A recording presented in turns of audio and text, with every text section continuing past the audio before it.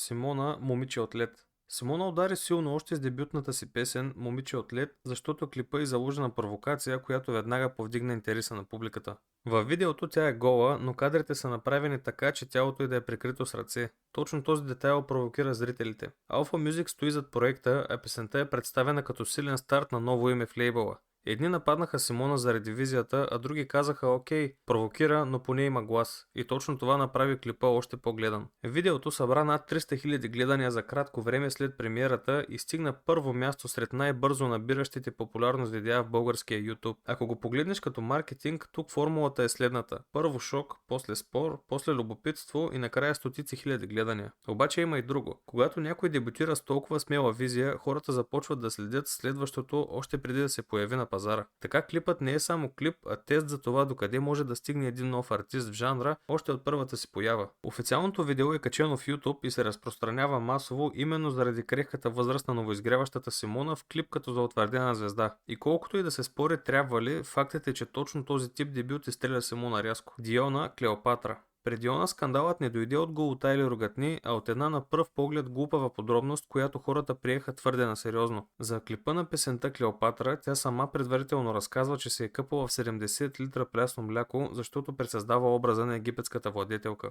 Точно това подразни хората. Вместо да говорят за песента, интернет започна да брои млякото и да пита защо се похабява, докато има бедни хора. В този момент историята стана много по-голяма от самия клип, защото темата се прехвърля от естетика към морал. Диона не остави нещата да се търкалят, а излезе с директен отговор и защити идеята си. Тя каза, че участва в благотворителни концерти и че не приема да я получават хора, които само пишат отстрани. После добави аргумента с историята, че истинската Клеопатра също се е къпала в мляко, но тогава се е възприемало като символ на разкош, не като престъпление. Така скандалът се превърна в битка. Изкуство срещу морал и възпитание, в който никой не слуша спокойно, а всички спорят на висок тон. Има нещо много типично за жанра. Една шумна дреболия често прави проекта по-видим от всяка реклама. В крайна сметка тези 70 литра мляко се оказаха по-запомнящи се от рефрена, което е и най-ироничното. А за Диона това работи двупосочно. Хем я хейтят, хем я гледат, за да видят въпросния скандал в клипа. И точно така Клеопатра остана в списъка на клиповете, които хората масово не харесват, но всички знаят за него. Сузанита, Луцифер и Буда.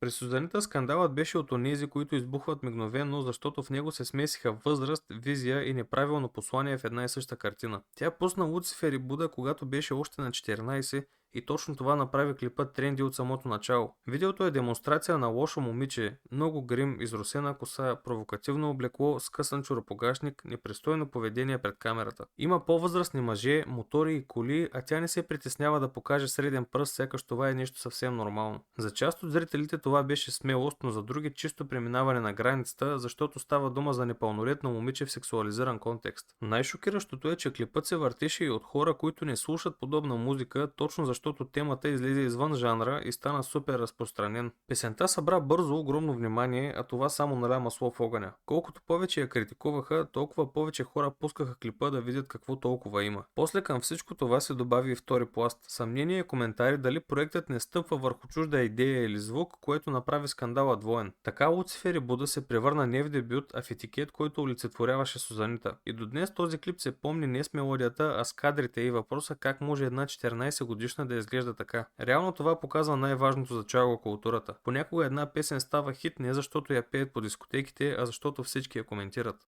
Абонирай се за канала и натисни камбанката, за да не изпускаш още такива видеа.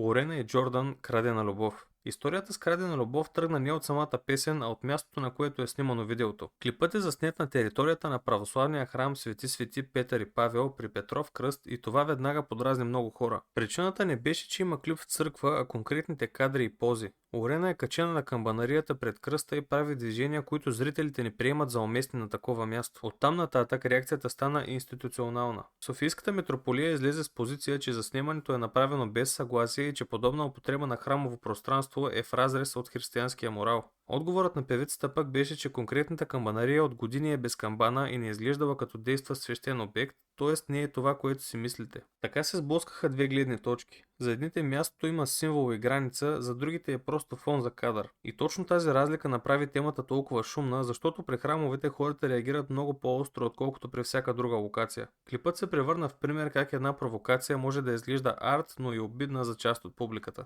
Крайна сметка, случката остави по-голям отпечатък върху името на Лорена, отколкото всичко друго. И когато някой днес се сети за парчето Крадена любов, много хора не се сещат първо за песента, а за кръста и кадрите около него. Андрея, Джанъм и гробът на Иван Вазов. При Андрея шумът не тръгна от декори, голота или мъжки коли, а от едно място, което за много хора е неприкосновено. Тя пусна кавър на парчето Джанъм и част от кадрите бяха снимани на гроба на Иван Вазов в центъра на София, близо до църквата Свети Александър Невски. Това веднага взриви коментарите, защото за едни е кощунство, а за други просто странен творчески избор. Андрея обясни, че го прави като лична история и че посвещава песента на своя прабаба, като разказа, че на времето самият Вазов я е насърчил да пее и дори е дал роза.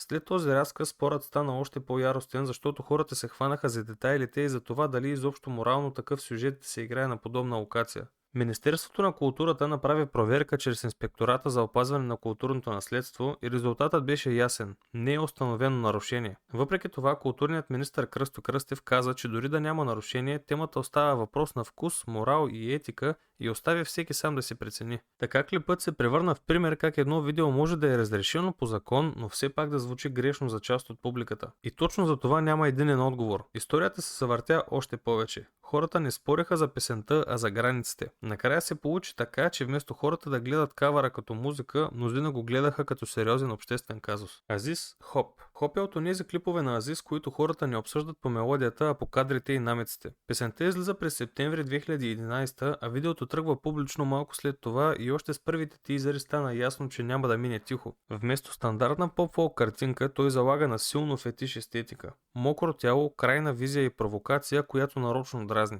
Това, разбира се, веднага разделя хората. Едни го приемат като шоу и смелост, други го описват като прекаляване. Втората искра обаче идва от детайли, които зрителите започват да тълкуват сами. В клипа се забелязва надпис Русия и символика четена като закачка, която допълнително надува скандала. Така клипът се превръща в нещо повече от поредния хит на Азис и започва да се гледа като провокация с подтекст. И точно тук Азис е най-силен. Остава аудиторията да се кара за смисъла, докато видеото се върви на повторение. Паралелно тръгва и третата линия на шум. Твърдения в публичното пространство, че клипът е стигнал до внимание извън България, което феновете обожават да разказват като легенда. Реално Хоп стана идеалният пример как един артист прави събитие не само с песен, а с образ, който не можеш да игнорираш. И дори да не ти е приятно, пак го помниш. Точно това е целта. Накрая клипът остана като маркер за периода, в който Азис натискаше гъста на провокацията и изобщо не му пукаше. Гери Никол, момиче като мен. Макар да не е чалга звезда, Гери Никол и клипът Момиче като мен се превърнаха в сензация, защото този път не спореше само публиката, а се намесиха и институции. В края на ноември 2015 година Държавната агенция за закрила на детето поиска СЕМ да се произнесе дали съдържанието не е вредно за непълнолетни, като акцентът беше върху провокативно поведение и разголването, при положение, че и самата тя тогава е непълнолетна. Това моментално наля бензин в историята, защото когато официалните се включват, всички стават любопитни да видят за какво точно става дума.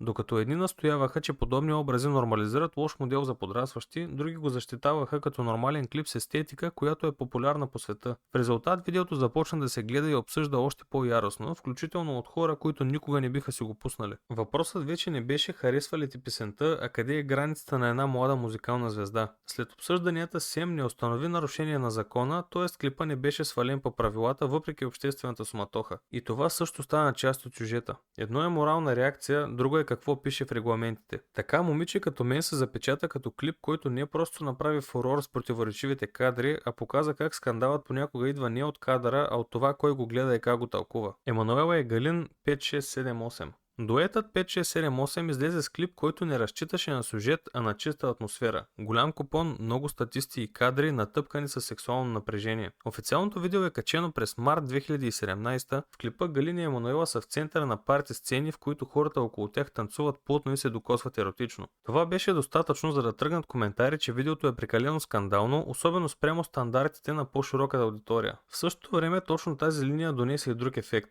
Всички почнаха да го въртят, за да видят с очите си какво се случва толкова. В клипа се забелязват и цензурирани кадри, което допълнително подхрани интереса и превърна клипа в тема на разговор, а не просто фон на песента. Иронията е, че когато нещо е цензурирано, хората го гледат още по-внимателно, защото мозъкът автоматично търси какво е скрито. Така видеото започна да се помни с усещането, че е натиснало педала до ламарината. В жанра това е класически номер. Провокацията работи като реклама, защото кара и фенове, и хейтери да правят едно и също, да отворят клипа и да го изгледат. Ако трябва да го кажем просто, 5678 стана скандално не с една конкретна сцена, а с цялостния тон, който не оставя много място за невинни тълкувания.